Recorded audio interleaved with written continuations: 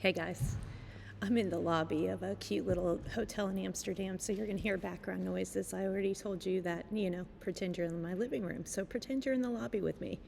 The universe took care of me. I was looking for a cheap place, and it put me right near Dam Square, so great location. So anyway, forgive the background noise if we get it. I'll be here for about a week, so a couple of those videos will have it, but again, pretend you're with me. As always, this is for entertainment purposes only. It's not meant to be mental health counseling. It's not meant to be, if you take something from this journey that you can apply for yourself, fantastic.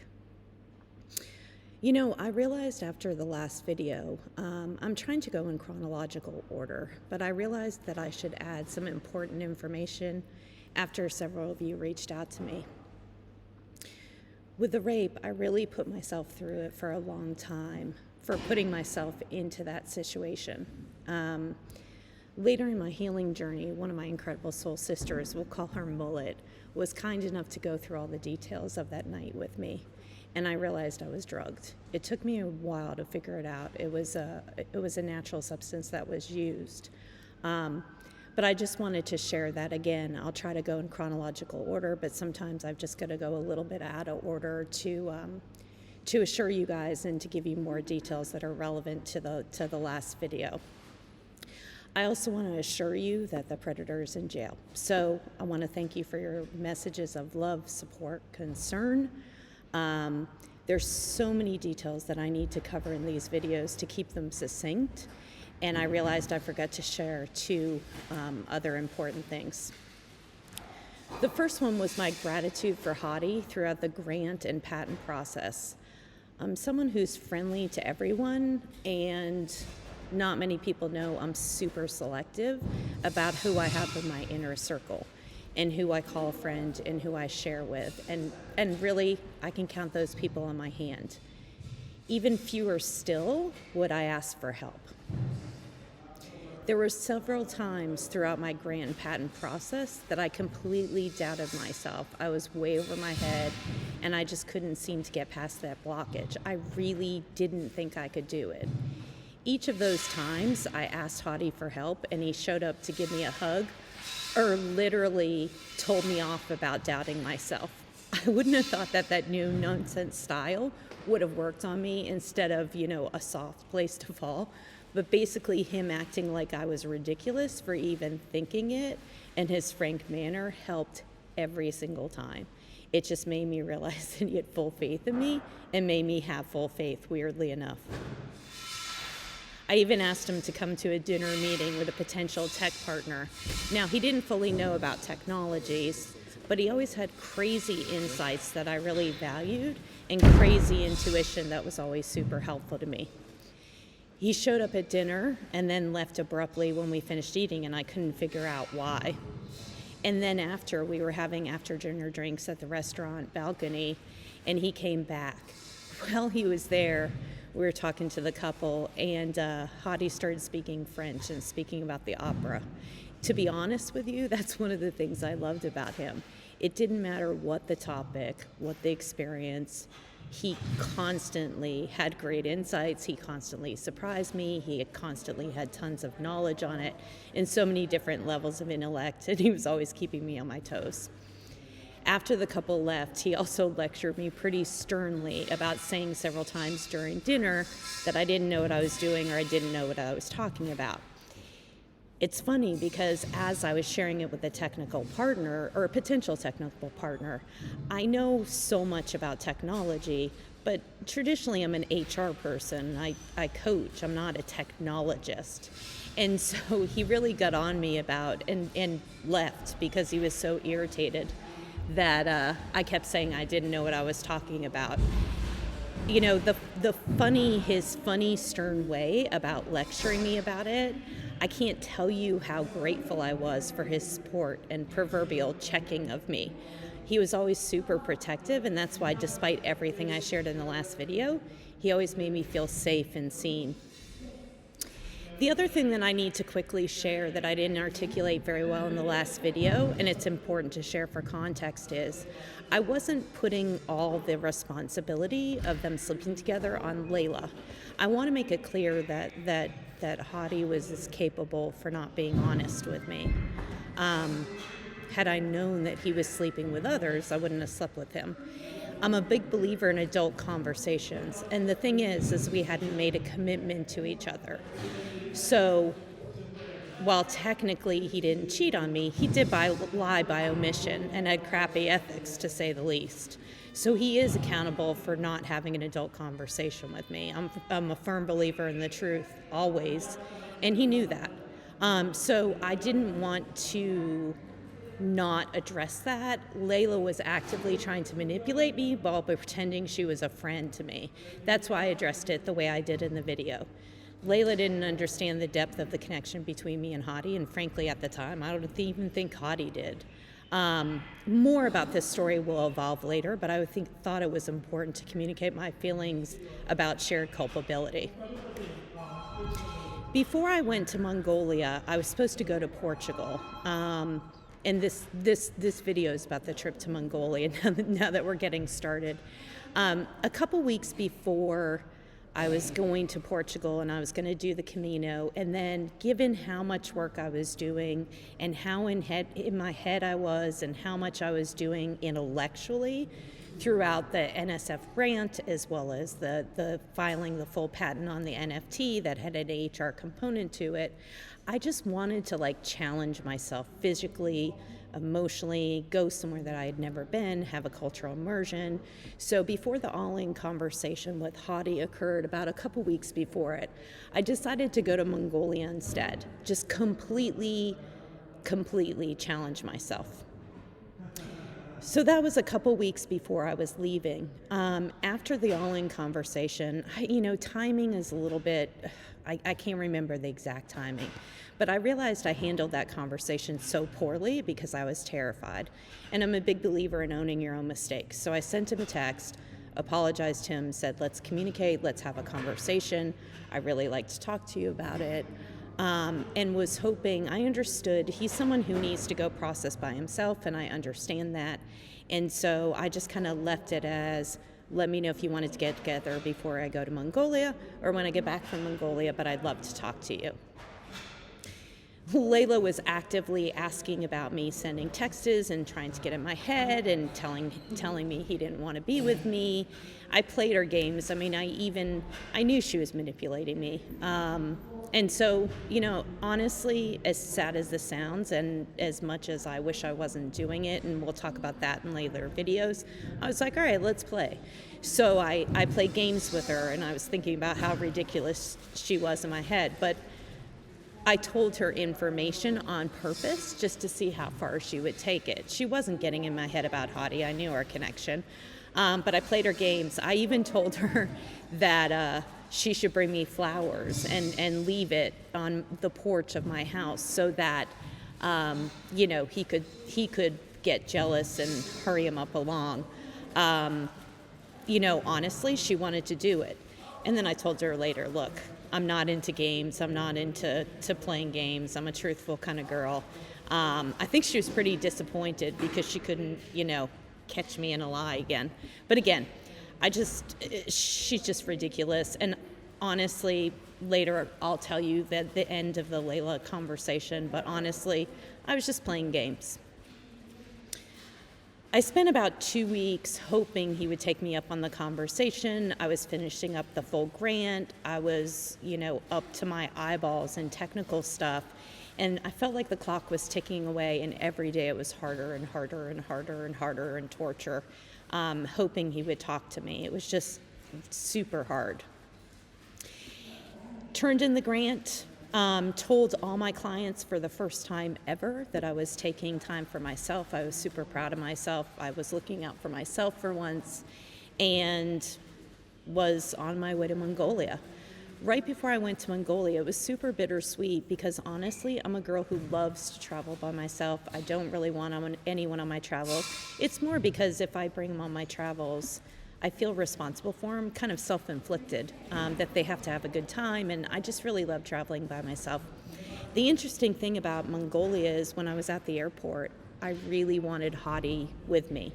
I texted him and told him that and kind of teased him about, I'd have to plan my horse milking or yak milking because he's someone who has to process, can't do things spontaneously. But never heard back from him. So anyway, right before I left, I kept telling people that I had a goal of cultural immersion. I was super vocal about that. Now, what I was doing is manifesting, but I didn't know what manifestation was at the time. So let me tell you this story. So off I was to Mongolia after tons of traveling. I landed in the capital, and I always say it wrong, Ulaanbaatar, UB for short. I always say it wrong, so look it up for the correct pronunciation. But I landed, and literally I never planned my travels. I had looked up the weather in like 2 seconds, and had booked one night in an Airbnb. That's it, and I was going to kind of wing it from there on my cultural immersion. I knew that they were into sheep bone shooting. I knew that they were into archery. I knew I wanted to be with nomads. I knew I wanted to learn how to milk creatures. Just basically learn the culture of Mongolia. So anyway, I had booked one night in an Airbnb, and kind of like a hostel, a nicer hostel, hotel, whatever you want to call it. And I had set up a ride from the airport. So I get in. I had messed up my arrival time thinking it was the day before, so I texted them back and said, hey, no, it's the right, gave them the right day. Been traveling for a very long time, and they were supposed to pick me up at the airport. And so I get in, and literally it starts snowing. Now, it was supposed to be cold, but it was never supposed to snow. Well, unbeknownst to me, the weather changes all the time in Mongolia, but I didn't know that because I didn't do my research like I never do on my personal time. So I was freezing, standing outside the airport in some unknown capital, just waiting for my ride. And so I'm like, what are we doing, universe? I'm exhausted. I need sleep. I didn't sleep in the whole travel time. Anyway, so I get picked up. And come to find out, now not many people in my experience that I came across speak English there. So I get picked up by the sister of the person who owns my hotel. Look at the universe working for me and me not even knowing it. So we're riding along. She speaks English. She asks questions because they're not used to Americans going to Mongolia, really. She starts to ask me questions, and I start to tell her about my want for cultural immersion, my sheep bone shooting, and come to find out, she's literally an Olympic. She was in the Olympics for national rifle competitions, if I'm getting it right. Then she happened to be the coach for rifle competitions, and also, lo and behold, I think it's called the ambassador for sheep bone shooting, the UNESCO sheep bone shooting. I'm going to get it wrong. Anyway, the point is, she was the person in the country that literally is the advocate for the sport and was having a national competition, the best of the best from all over Mongolia, and she invited me to it. So chalk it up to manifestation of the universe. Unbeknownst to me, I sat there and froze my butt off at the airport for an hour waiting for her to show up, and then lo and behold, the universe provides. Again, didn't know it at the time. So fast forward, I arrive. It's an amazing little place. The hotel owner is Bobby. She's amazing. She speaks great English. And so because her sister, the competition, I wanted to go live with nomads. That was my whole point in going to Mongolia. Timing-wise, I didn't want to take a tour. I wanted to do it by myself. I'll go into those details in a minute. But that's just kind of me. I'm not a tour kind of girl. I wanted to challenge myself. And so Bobby happened to know a couple nomad families and would set me up with a driver. I'll be honest with you, I'm so glad I took the driver. I normally don't. But in this case, I'm so glad, and I'll talk about that in a minute. But anyway, I was delayed because the national rifle competition and the national sheep bone shooting competitions were happening in a couple days, and it was only one day, and I really wanted to go to it because I had this lovely invite and she was going to pick me up. So anyway, I was killing a little time, went all over the city, went into the museum there. It just was so inspiring about how resilient the Mongolian people have been and how newly independent they are. I'm ashamed to say I didn't realize quite how much how new their freedom was and how hard they had to fight for their freedom. So it was super inspiring. Unbeknownst to me at the time, it was a great way to see resilience after everything I had been through and everything I experienced it, and it was nowhere close to what the people experienced it. So a little humility in my own experience. So anyway, I was killing time. At my hostel, there was a German girl who, I'll be honest with you, I didn't like her at all. When I met her, she was very brusque and not very welcoming and not very friendly.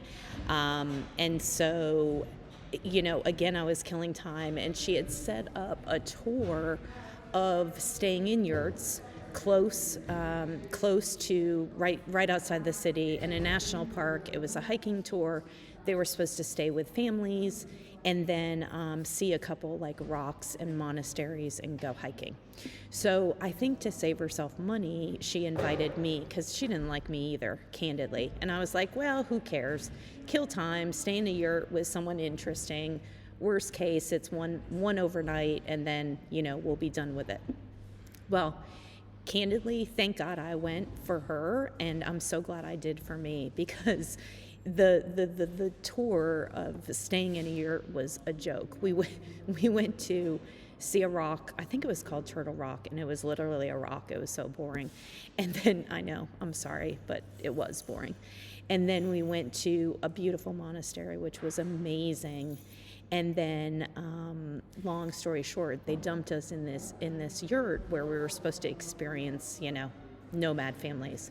Well, let me tell you, it was like 20 yurts, tourist version. They literally served us something and then left. And then we're like, bye.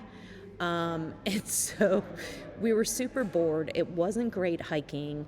We were like, what do we do? And so all of a sudden I heard music, which you don't expect in the middle of like a national park in Mongolia. And it was pretty peppy music. So I'm like, come on, let's go figure out what that is. We were both like, what's going on? And by this time we had started talking. And the more I talked to her, the more I realized how similar, completely different stories, but similar we had about, some things that had happened, some of the shenanigans with our different love lives. And the more I talked to her, the more I really liked her. And so we built this relationship, candidly, where I was like, I didn't really like you. She said, same, I didn't really like you. And we ended up, although we're super different, having these great conversations. And it started really the healing process, although I didn't realize it at the time. Realizing someone has gone through something similar to what I did in such a short period of time and feeling so deeply. But anyway, so we walk over, and in the middle of this national park in Mongolia is a zip line. And she had never been zip lining before. So of course we had to go she had to go zip lining. So we did that. And then I tried to rent a 4-wheeler because she had never been on a 4-wheeler, and I love speed. And so we weren't able to do that because they were all broken. But as a piece of it, I missed something out. Before we left, in our yurt, there were these, like, when I say that big, spiders. And I couldn't look them up because we didn't have internet reception, and they were super freaky. And so I killed a couple because she's a Buddhist and didn't want the karma. So I get it, whatever, that's fine. I'll be the spider killer. And so you shouldn't kill animals, I get, but like these suckers were big and I didn't want them killing us, and I had no idea if they would. So we went zip lining, and then literally all that was in this place was, they were selling liquor bottles. So I was like, you know what? I was teasing her and I was like, if more spiders come back, again, manifestations, which you'll do in a minute, if more spiders come back, I'm going to need that to sleep, kidding around with her. So we're like, whatever. There were no mixers for it. It was terrible vodka. So we picked vodka in like random mixers. And of course, we're in the middle of Mongolian National Park, and she's like, oh, it's not cold enough for me. I'm like, you have a bucket for your sink. You really want like chilled mixers? Just suck it up and come on, let's go. So anyway, we went back to the place, the yurt, and literally kept talking and having a great time and comparing life and talking about technology. She did documentaries on, I'm not going to do it justice, but we had very different views on technology, and she thought technology was evil. I don't want to put words in her mouth, but that's a fair assessment. And so we had lovely debates about technology, and with me arguing the benefits of technology. Anyway, so long story short, it's later in the evening, it's dark, and literally she picks up her bed, and it was like spider nightmare. There were like 4 of those big spiders. They came like flying out. So anyway, long story short, I think I ended up literally killing 10 of these spiders. I finally made her start. I'm like, look, I'm not killing any more spiders for us. And I was so terrified of these spiders that it was super hard to sleep. So we had more vodka with the mixers, because the choice was sleep in the middle of the Mongolian wilderness or sleep in this yurt with the flippin' spiders. So anyway, she rescued one. Just to be fair to her, she rescued one with like a little cup, because those suckers were quick. They crawled up the walls, they crawled into bed, and she put it outside the yurt, and then the sucker came back in. So anyway, I was the spider killer. I finally was just like, you know what? We need to go to bed. We wrap like covers over our head. I wrapped my whole body. I was super scared to look at the bed, but I did because I wanted to sleep. So literally I wrapped up like a mummy, and we were supposed to stay potentially another day, and then we went home. So anyway, loved the, in retrospect, being open to meeting new people ends up, I feel like the universe brought her to me as someone to start, like I said, the healing process and understanding other people went through this. So anyway, on our way home, one of the other things I had said I wanted to try was archery. So she really wanted to see the statue of Genghis Khan. She was also a professional photographer. And so, we stopped at the Genghis Khan statue. It was nice, it was fine, whatever. But there was archery over there. So I got to do literally archery when I was there. So that was, again, another manifestation coming true. So the national competition came, and I don't want to make this video too long, but let me tell you, it was absolutely amazing. The camaraderie of the competitors in Mongolia with their traditional garb was just breathtaking. There was throat singing when people were going around. They all cheered when someone hit a sheep bone. They were nice enough to invite me to drink from the bowl that they all shared when the competition was done, as a way of bonding them. It really gave me chills doing it. But the thing that I wanted to share with you was, one, they took the time to literally teach me in the middle of a national competition how to do sheep bone shooting with a rifle. I can't tell you how supportive and amazing they were, and what an honor it was that they stopped their national competition for me. That's not something I wanted, if I'm honest with you. The other thing that happened was another example of manifestations before I knew it was they call me down to do like the flicking of the sheep bone shooting, which is another way that they do it. And literally on my way down, I don't like to be the center of attention. And on my way down, I'm like, I'm gonna fall on my ass. I know I am. And so I get down there, and I have a fair round ass. And so the stools are like, they look like kid stools to me, or Asian stools. It's like 3 little legs. And so this is in the middle of a bunch of people, most mostly men, but like, again, no one speaks English. And I'm down there, there's a photographer for the national newspaper. And so literally I get down there, people are paying attention, go to sit down in this stool, and literally fall on my ass with my hands and legs in the air. It couldn't have been more embarrassing in the middle, and the photographer's taking pictures. So maybe somehow I'm on national news falling on my ass in the middle of the competition.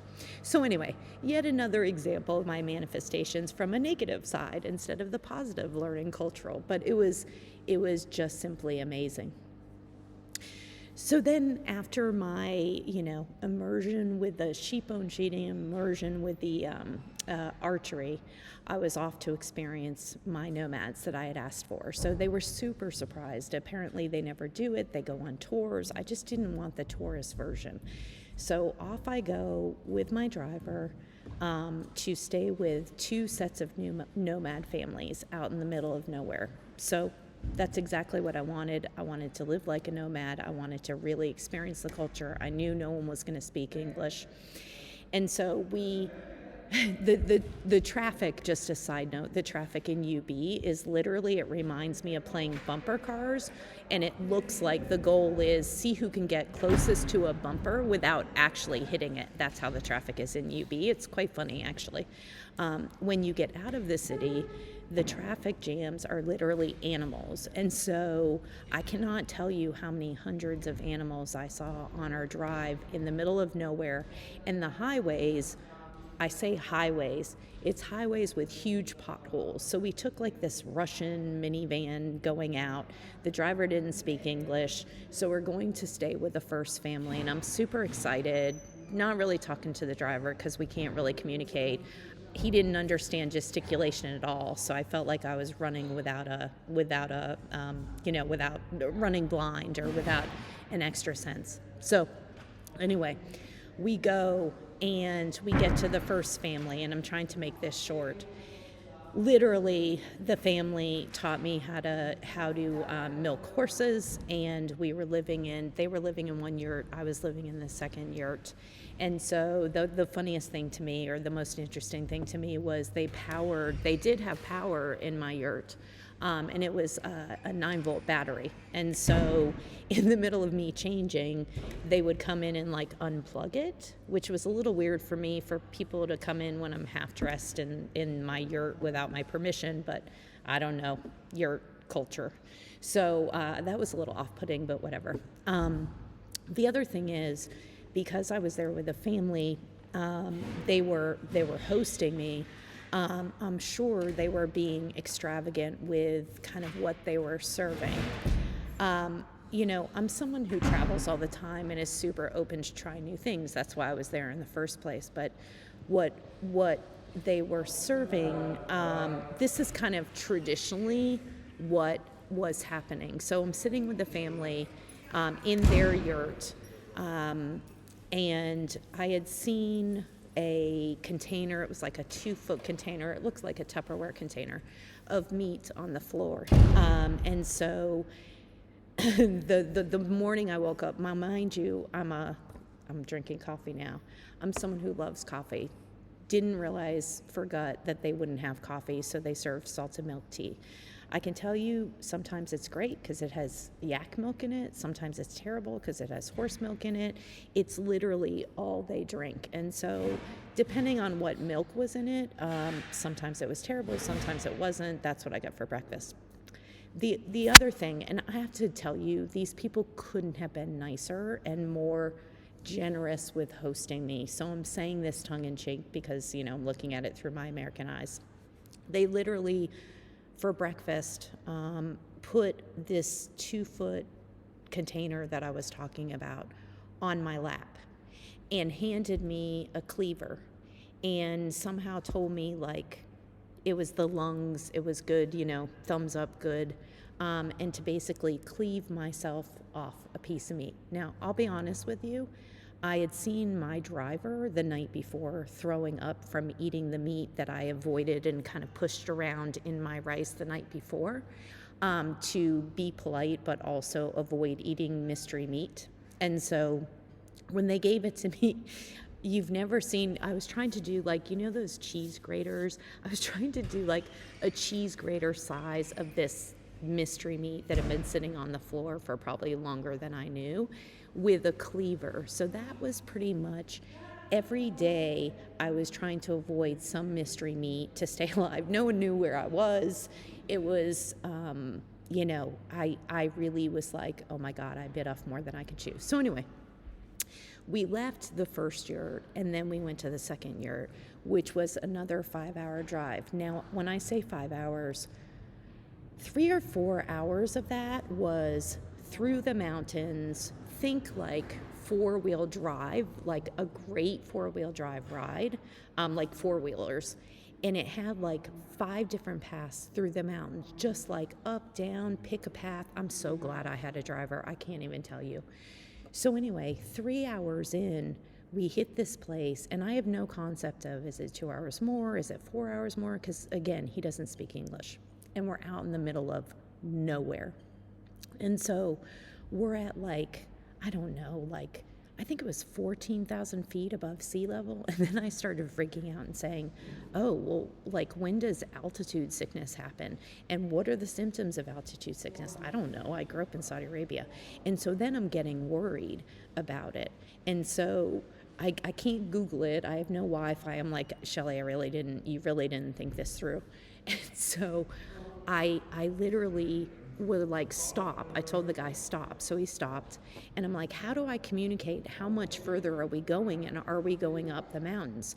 I cannot draw. So I literally pulled out my notebook, drew like a little mountains and our little van with like an arrow up and an arrow down, and tried to like ask him, are we going higher? Are we going lower? I mean, I was sure he was used to the altitude, but I wasn't. And I didn't want to, in the middle of nowhere, get altitude sickness because I didn't know what happens with it. Again, preparation I get.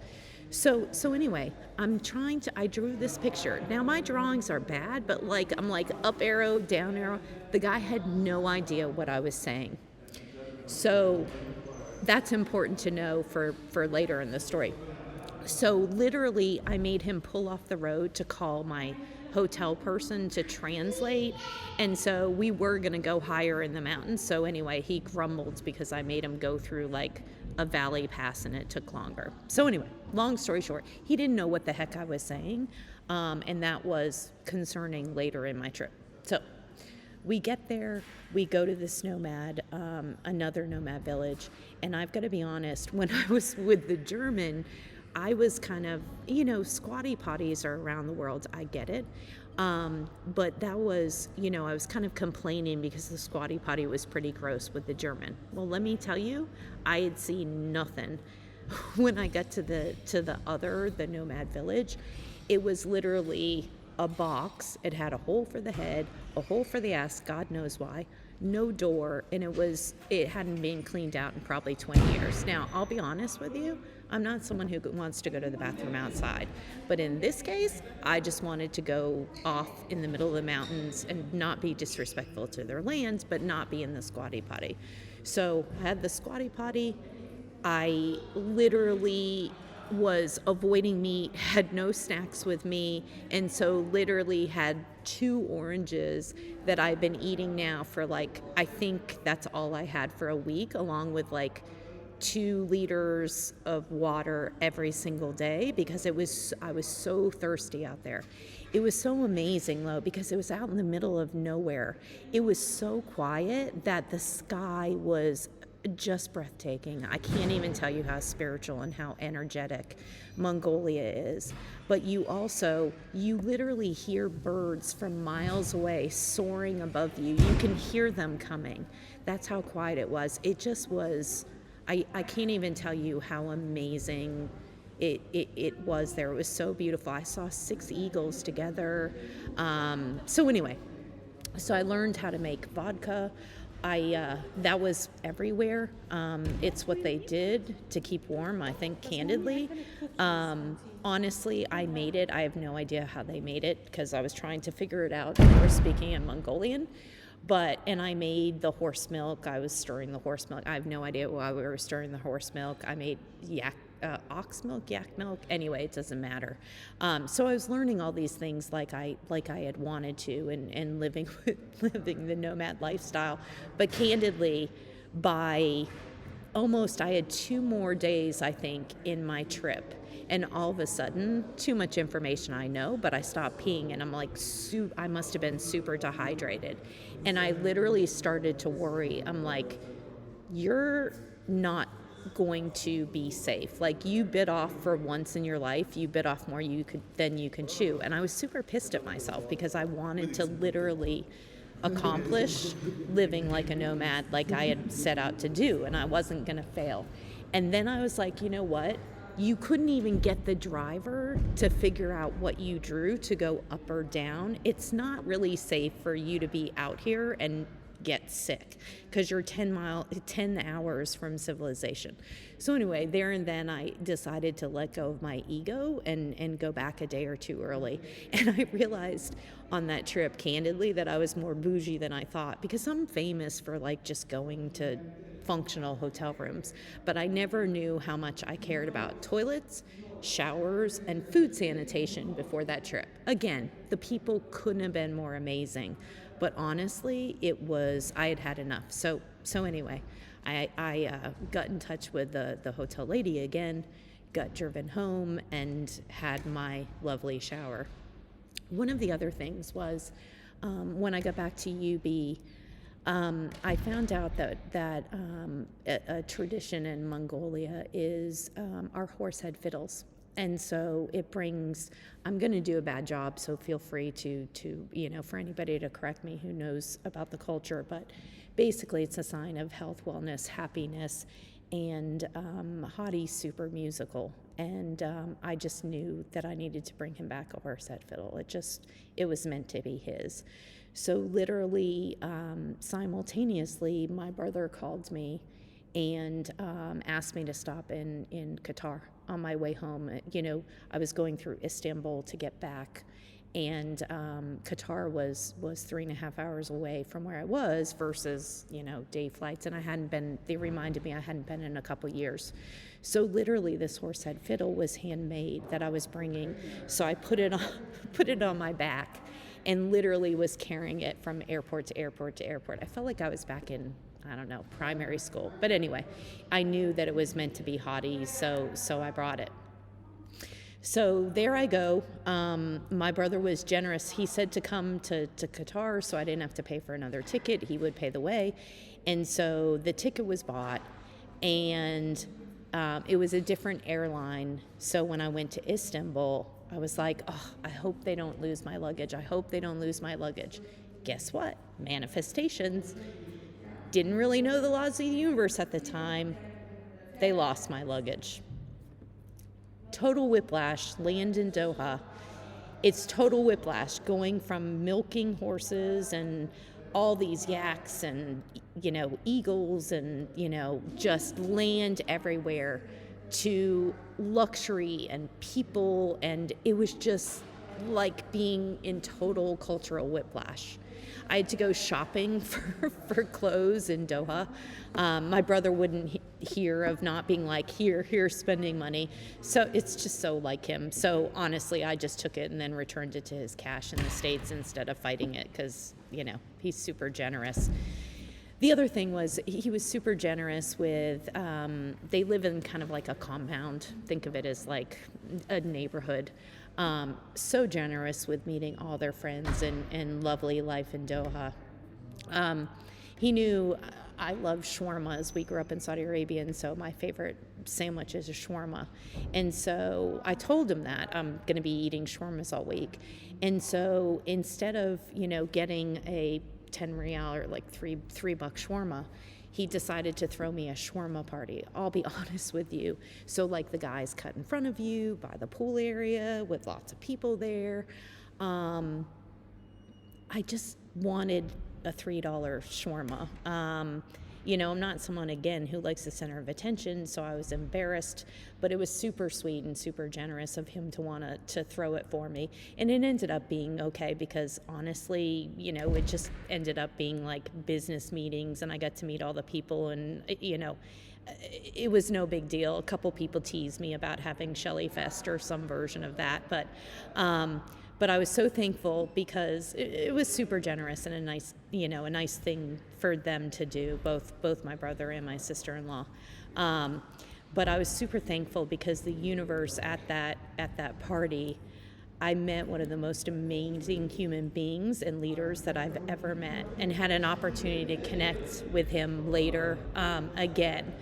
And it was just when you meet those people that you meet with their humility and their care about people and their self-examination, and, it just was really inspiring. And without knowing it, it really started to renew my faith in human beings in general after so much angst.